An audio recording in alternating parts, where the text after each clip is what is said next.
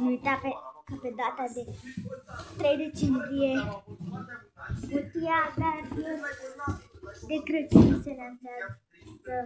Dacă cumperi produsele, trebuie dat control.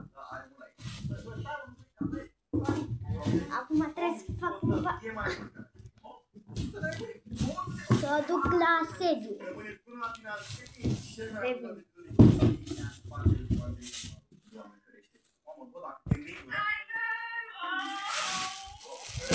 Salutare tuturor!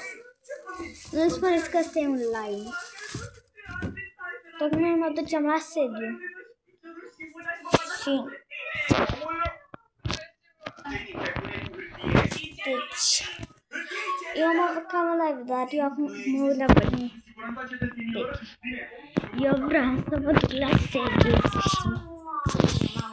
Am uitat ceva. Noile produse! Păi, Doamne, Doamne, Doamne. Doamne. Doamne. Deci, cum trebuia să fac asta, adică e bune. Cum trebuie să fac asta. Că pe bune. Ia să dau tricuri. Nu se spune că ăsta e un produs. Am zis pe data de 2 decembrie, pe 3.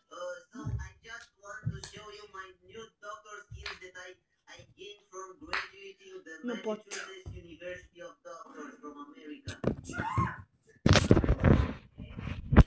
Deci, eu chiar vroiam să merg la sediu. Dar am uitat ceva, să-mi cadă cartonașul.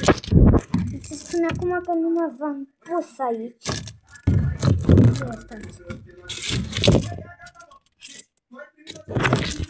Aoleu. Hai să mergem la sediu să vedem.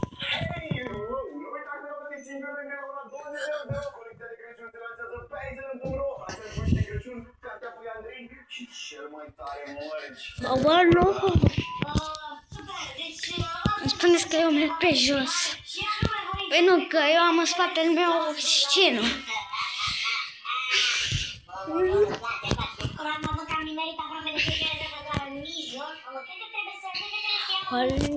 Deci nu mai pot.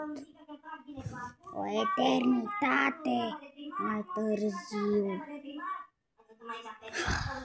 Am ajuns la sediu. Și reclamă.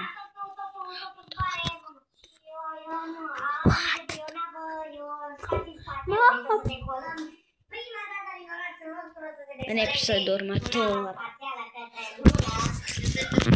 Păi ce e sediu? De ce am ajuns aici? Și am venit pe laptop. Chiar și 2 like-uri, dacă le găsiți, uitați-vă. Pentru că o să vă pun puțin în cutie, să fix în cutia asta de Crăciun. O să rămâneți puțin acolo, că mă duc să fac ceva.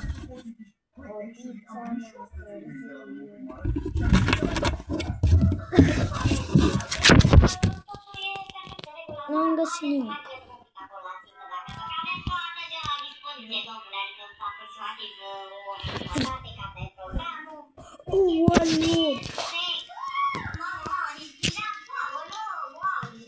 Deci